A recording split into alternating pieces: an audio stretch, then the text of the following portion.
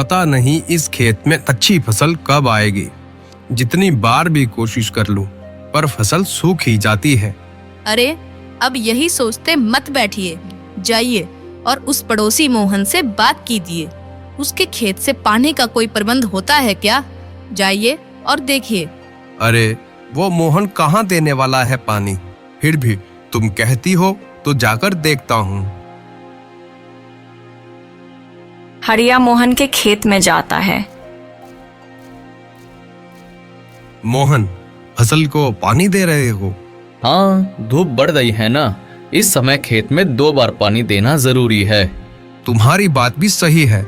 अच्छा है, तुम तो 2 बार फसल को पानी दे रहे हो और मेरे पास 1 बार देने के लिए भी पानी नहीं है। तुम अगर अपने कुएं से थोड़ा पानी दे देते तो। अरे मैं कैसे दे सकता हूँ? अभी मेरे कुएं में भी इतना पानी नहीं बचा है। मैं ही विचार कर रहा हूँ कि आगे अपने खेत के लिए पानी का प्रबंध कैसे करूँ। हरिया अपने खेत में वापस आता है।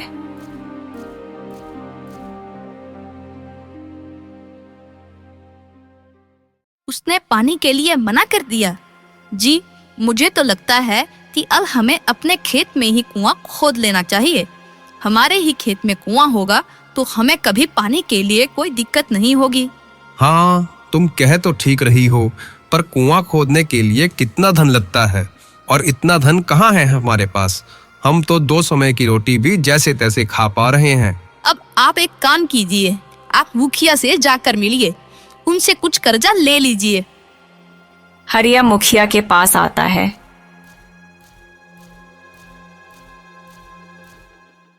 राम राम सरकार। बोलो हरिया, क्या काम है? सरकार, थोड़ा कर्जा चाहिए था। खेत में कुआं बनवाना है। क्या अब खेत में कुआं बनवाना है? तुम्हारा तो पिछला कर्जा भी तुमने नहीं चुकाया है अभी तक। हाँ सरकार, एक बार कुआं बनवा लूं, फिर फसल को पानी मिलता रहेगा और फसल अच्छी आएगी तो मैं आपका सारा कर्जा एक साथ उतार दूंगा। ठीक है, अगर ऐसी बात है तो दे देता हूं तुम्हें कर्जा। हरिया मुखिया से कर्जा लेता है और मजदूरों को बुलाकर कुआं बनाने के काम पर लग जाता है। 2 दिनों के बाद कुआं बनकर तैयार हो जाता है।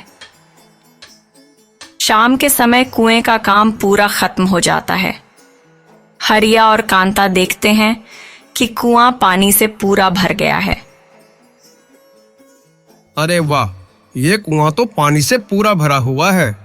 देखिए, मैंने कहा था ना, अब देखिए हमारी फसल भी कैसे लहराने लगेगी। हाँ, हम कल सुबह खेत में पानी देने के लिए आते हैं। हरिया और कांता खुश होकर अपने घर चले आते हैं। दोनों इतने खुश होते हैं, उन्हें अब पानी की कोई चिंता नहीं होती। दोनों सो जाते हैं। अगली सुबह दोनों जल्दी उठकर अपने खेत में आते हैं।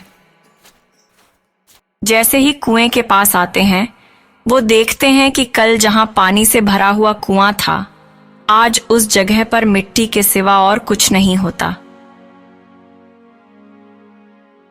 अरे ये क्या, कुआं कहाँ गया? हाँ, मैं भी वही देख रही हूँ। कल पानी से भरा हुआ कुआं आज कहीं गायब हो गया। क्या हो रहा है ये? अरे इतनी मेहनत से वो कुआं हमने बनवाया था, कहाँ चला गया? जमीन निगल गई या आसमान खा गया हमारे कुएं को? वही तो कुछ समझ में नहीं आ रहा है। वो कोई मनुष्य या प्राणी नहीं है कि ऐसे लुप्त हो जाए। अरे मैंने मुखिया से कर्जा लिया है। अब अगर कुआं ही नहीं होगा तो फसल कैसे आएगी, और फसल नहीं आएगी तो मुखिया का कर्जा कैसे चुकाऊंगा? हरिया हताश होकर बैठ जाता है। कांता भी हताश हो जाती है। दोनों को समझ नहीं आ रहा था कि आखिर उनका कुआं ऐसे लुप्त कहां हो सकता है। कुछ देर के बाद, सुनिए जी, मैं क्या कहती हूँ, आप महाराज से जाकर मिलिए। अरे महाराज के पास जाकर क्या करूंगा? महाराज के पास जाकर उन्हें बताइए कि किसी ने हमारे कुएं को चोरी कर लिया है। क्या कुएं की चोरी हुई है? हाँ, अब हमने इतनी मेहनत और खर्चा करके कुआं बनवाया था और वह यहाँ नहीं है। इसका अर्थ यही है ना कि उसकी चोरी हुई है। आप जल्दी जाइए। अरे कुआं चोरी हो गया है। यह सुनकर लोग मेरा मजाक उड़ाएंगे, पूरा गांव हंसेगा मुझ पर। महाराज को भी मेरी बात पर विश्वास नहीं होगा। वो सब मैं नहीं जानती हूँ, अभी महाराज ही हमारी सहायता कर सकते हैं। कांता की बात सुनकर हरिया महाराज के राजसभा में आता है। महाराज की जय हो। बताओ, क्या समस्या है तुम्हारी? महाराज, मेरा कुआं चोरी हो गया है। क्या चोरी हुआ है? और वो भी कुआं? ऐसा कैसा विचित्र कुआं है तुम्हारा जिसकी चोरी हो गई है? महाराज, मैं सच बोल रहा हूँ। 2 दिन मजदूर लगाकर मैंने अपने खेत में कुआं बनवाया था। कल रात पानी से भरा हुआ वो कुआं मेरे खेत में ही था, पर जब आज सुबह मैंने और मेरी पत्नी ने खेत में फसल को पानी देने के लिए गए, तब कुआं वहां नहीं था। क्या बोल रहे हो तुम? मुझे तो विश्वास ही नहीं हो रहा है। कोई कुआं अपनी जगह से कैसे लुप्त हो सकता है? महामंत्री, आपने कभी इस विषय में कुछ सुना है कि कोई कुआं अचानक से लुप्त हो गया हो? नहीं महाराज, ऐसी विचित्र घटना तो मैंने जीवन में आज पहली बार सुनी है। ऐसा कभी हो ही नहीं सकता। यह व्यक्ति अवश्य झूठ बोल रहा है। यह राज्यसभा का समय व्यर्थ कर रहा है। अरे नहीं महाराज, मैं सच बोल रहा हूँ। मैं एक गरीब किसान हूँ। मैंने मुखिया से कुआं बनवाने के लिए कर्जा लिया है। आप चाहे तो उनसे पूछ लीजिए। महाराज महामंत्री को आदेश देते हैं और मुखिया को राज्यसभा में बुलाया जाता है। मुखिया, बताओ, इस किसान ने तुमसे कुछ दिन पहले कुआं बनाने के लिए कर्जा लिया था? हाँ महाराज, ये कुछ दिन पहले मेरे पास आया तो था और कह रहा था कि उसे अपने खेत में कुआं बनवाने के लिए कर्जा चाहिए, और कह रहा था कि अच्छी फसल होने के बाद सारा कर्जा एक साथ उतार दूंगा। देखिए महाराज, मैंने कहा था ना, मैं सच बोल रहा हूँ। मैंने कुआं बनवाया था, पर अब वो गायब हो गया है। महामंत्री, आप स्वयं इस किसान के खेत पर जाकर देखिए। यदि वह कुआं वहां बना होगा तो उसके कोई चिन्ह मिलेंगे। महामंत्री हरिया के साथ उसके खेत में आते हैं। महामंत्री पूरे खेत को ध्यान से देखते हैं और फिर से महल में चले जाते हैं। महाराज, मैंने उस किसान के खेत का पूरा ध्यान से निरीक्षण किया है, परंतु उस खेत में 2 दिन पहले कोई कुआं बना हो, ऐसा कोई चिन्ह नहीं थे। समझ नहीं आ रहा है कि वह किसान हमसे झूठ क्यों बोल रहा है। महामंत्री, आप उस किसान पर नजर बनाए रखिए। मुझे तो वह किसान भी उसके कुएं की तरह विचित्र लग रहा है। शाम हो जाती है। कांता और हरिया अभी तक खेत में ही बैठे हुए थे। अंधेरा हो जाता है और अचानक वह कुआं उसी स्थान पर प्रकट हो जाता है जहां कल उसे बनवाया गया था। उस कुएं से पानी बहने लगता है। कांता और हरिया उस पानी से भरे हुए कुएं को देखकर आश्चर्य में पड़ जाते हैं। मेरा तो मेरी आंख पर विश्वास ही नहीं हो रहा है। ये कुआं यहाँ अपने आप कैसे प्रकट हो गया? अब ये सब छोड़ो। अब यह कुआं प्रकट हो ही गया है तो खेत में पानी दे देते हैं। दोनों भागकर कुएं के पास जाते हैं। हांडा उठाकर उसे रस्सी से बांधकर कुएं में डालकर पानी निकालने लगते हैं। जब हरिया कुएं से हांडा बाहर निकालता है तब वो खाली होता है। ये क्या? कुएं में इतना पानी भरा हुआ है, फिर भी ये हांडा खाली कैसे है? आप रुकिए जी, मैं देखती हूँ। अब कांता आगे जाती है और हांडे को कुएं में छोड़ती है। वो हांडे को कुएं से बाहर निकालती है। वो भी खाली होता है। अब दोनों डर जाते हैं।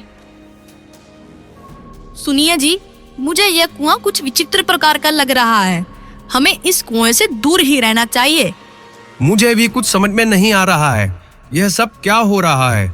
चलो अभी हम घर चलते हैं, कल आकर सोचेंगे क्या करना है। कांता और हरिया घर आते हैं।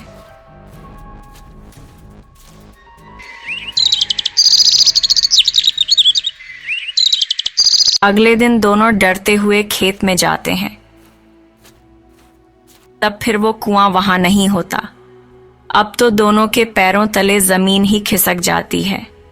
कांता हरिया से कहती है, ये कुछ अजीब हो रहा है, हमें किसी ज्ञानी की सहायता लेनी चाहिए। दोनों वन में चले जाते हैं। वन में एक बहुत बड़े साधु थे जिन्हें भूत, भविष्य और वर्तमान के विषय में सब ज्ञान था। साधु बाबा, हमारा रक्षण कीजिए। क्या हुआ पुत्र? साधु बाबा, मेरे खेत में बनाया हुआ कुआं अचानक गायब हो जाता है। हाँ साधु बाबा, हमने बड़ी मेहनत से कुआं बनवाया था, पर सुबह जब हम खेत में जाते हैं तो वह कुआं अपने स्थान पर नहीं होता। बाबा जी, आप ही हमारी सहायता कर सकते हैं। आपको तो तीनों कालों का ज्ञान है। आप ही बताइए कि उस विचित्र कुएं का रहस्य क्या है। पुत्र, हमारे इस जन्म में जो भी अनुभव हमें आते हैं उसकी कड़ियां हमारे पिछले कई जन्मों से जुड़ी होती है।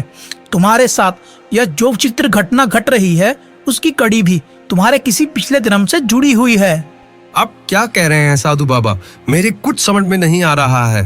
पुत्र, तुम्हारे पिछले जन्म में तुम एक बहुत बड़े सेठ थे। उस समय तुम बहुत धनवान थे और तुम्हारे बड़े बड़े खेत थे और उन्हीं खेतों में एक बड़ा सा कुआं भी था। कुआं इतना बड़ा था जो पूरे गांव की प्यास बुझा सकता था। उस कुएं का पानी कभी खत्म नहीं होता था। एक बार गांव में अकाल पड़ा था और एक दिन। सेठ जी, गांव में अकाल पड़ा है। आपके खेत के कुएं में इतना पानी है, अगर आप कहें तो मैं थोड़ा पानी अपने घर ले जाऊं। घर में बिल्कुल भी पानी नहीं है। पूरे गांव में मेरा ही कुआं है क्या, जो तुम मेरे कुएं में पानी लेने आ गई? सेठ जी, गांव के सभी कुएं सूख गए हैं। किसी भी कुएं में पानी नहीं है। सभी गांव वाले प्यासे हैं। इसका मतलब है कि अगर मैंने तुम्हें पानी दे दिया तो एक एक करके सभी गांव वाले मेरे कुएं से पानी लेने आएंगे। मैं नहीं दूंगा तुम्हें पानी। चले जाओ यहाँ से। लक्ष्मी काकी चली जाती है। उसे रास्ते में सुधा मिलती है। उसके हाथ में खाली हांडा था। क्या हुआ लक्ष्मी काकी, दे दिया सेठ ने पानी? अरे कहाँ, वो सेठ तो बड़ा ही दुष्ट है। हम सबकी जमीनें उसके पास गिरवी हैं। उसका ब्याज जीता है और हम पर ही रौब जमाता है। वो मुझे बोल रहा था कि जाओ कहीं और, किसी और गांव से पानी भर लो। क्या उसने ऐसा कहा? आपने उसे बताया नहीं कि सभी कुएं सूख चुके हैं? हाँ, मैंने उसे कितना कहा कि गांव में सिर्फ आपका ही कुआं ऐसा है जो पानी से भरा हुआ है। तो कहने लगा कि फिर एकाएक करके पूरा गांव मेरे कुएं से पानी लेने आ जाएगा। उस दुष्ट के पास अभी पानी है, इसीलिए उसे बहुत घमंड आया है। पर अगर कभी ऐसा दिन आया कि उसे पानी के बिना तड़पना पड़े, कब उसे हमारी पीड़ा का अनुभव होगा। तुम सही कह रही हो सुधा, पर वो तो बाद की बात है। अभी हम सब क्या करें? पानी का प्रबंध कैसे करें? पूरे गांव में पानी के बिना लोगों की हालत खराब हो रही है। अरे मैंने तो सुना है कि कुछ लोग यह गांव छोड़कर कहीं और जाकर बसने का विचार कर रहे हैं। अब सबके पास दूसरा कोई रास्ता भी तो नहीं है। अगर पानी का प्रबंध नहीं हुआ तो हमें भी ये गांव छोड़कर जाना ही पड़ेगा। कब तक हम पानी की प्रतीक्षा में यहाँ रह सकते हैं? ऐसे ही कुछ और गांव वाले सेठ के पास आते हैं और पानी मांगते हैं, पर सेठ किसी को पानी नहीं देता। फिर सभी गांव वाले अपनी जान बचाने के लिए गांव छोड़कर पानी की तलाश में निकल जाते हैं। सभी अपने कपड़ों की पोटलियां लेकर वन के मार्ग से जा रहे होते हैं। तभी उन्हें एक शिकारी राजू मिलता है। आप इतने लोग एक साथ कहाँ जा रहे हैं? बेटा, हमारे गांव में अकाल पड़ा है। एक बूंद भी पानी नहीं है किसी के पास। हम सब पानी की तलाश में गांव छोड़कर जा रहे हैं। अब जहां पानी का प्रबंध हुआ वहीं हम अपना नया गांव बसा लेंगे। अच्छा, मैं आपकी सहायता कर सकता हूँ। इस वन के उस पार एक नदी है। उस नदी में पूरे साल पानी रहता है। आप सब उस नदी के पास रहने जा सकते हैं।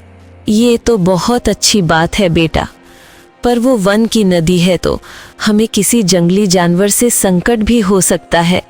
नहीं काकी, मेरे होते हुए आप सभी इस वन में सुरक्षित हैं। कोई भी प्राणी आपको कोई संकट नहीं देगा।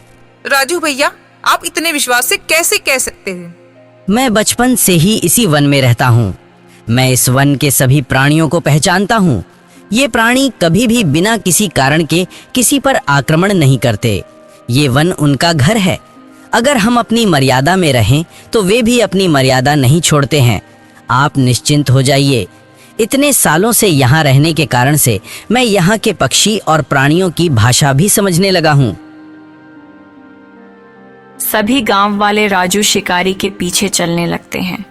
सभी उस नदी के पास आकर रुकते हैं। गांव वाले नदी को देखकर भागकर नदी के पास जाते हैं। सभी गांव वाले पानी पीकर तृप्त हो जाते हैं और राजू शिकारी को धन्यवाद देने लगते हैं। राजू शिकारी उन सब का रक्षण करने के लिए उनके साथ ही रहने लगता है।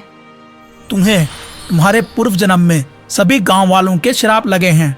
तुमने तुम्हारे पास इतना पानी होते हुए भी उनकी सहायता नहीं की, इसलिए ईश्वर ने भी तुम्हें दंड दिया है और इस जन्म में तुम एक गरीब किसान बनकर जन्मे हो।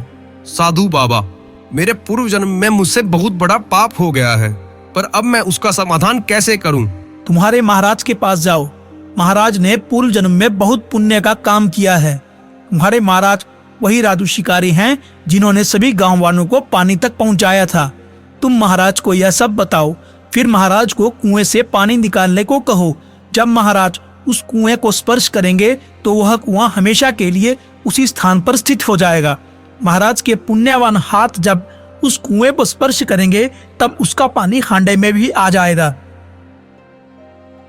हरिया और कांता साधु बाबा को प्रणाम करके महाराज के पास आते हैं। हरिया महाराज को साधु बाबा के बताई हुई पूरी बात बता देता है। यह तुम क्या बोल रहे हो किसान? तुम अब महाराज को तुम्हारे कुएं का पानी निकालने को कह रहे हो? नहीं मंत्री जी, ये मैंने नहीं, साधु बाबा ने कहा है। आप चाहें तो साधु बाबा को भी बुला लीजिए। महामंत्री जी, साधु बाबा ने यदि ऐसा कहा है तो हमें उनके आदेश का पालन करना चाहिए। सभी हरिया के खेत में आते हैं। महामंत्री साधु बाबा को भी लेकर आते हैं। महाराज के खेत में आते ही वो कुआं वहां फिर से प्रकट हो जाता है। महाराज उस कुएं के पास जाकर उसे स्पर्श करते हैं और कुएं में हांडा डालते हैं। जब महाराज हांडे को बाहर निकालते हैं तब वह पानी से भरी हुई होती है। अरे, यह तो चमत्कार हो गया। साधु बाबा, हांडा पूरा भर गया। जो हांडा मेरे और मेरी पत्नी ने कुएं से निकाला तब खाली था, उसमें एक बूंद भी पानी नहीं था। पुत्र, यह चमत्कार नहीं है। आज तुम्हारे पिछले जन्मों के पापों का नाश हो गया है और गांव वालों से मिले हुए श्रापों का समाधान हो गया है। इसीलिए अब यह कुआं हमेशा पानी से भरा हुआ रहेगा। परंतु एक बात हमेशा याद रखना, जो कोई भी जिसे भी तुम्हारी सहायता की आवश्यकता हो, जिसे तुम्हारे कुएं से पानी की जरूरत हो, उसे तुम पानी के लिए कभी ना नहीं कहोगे।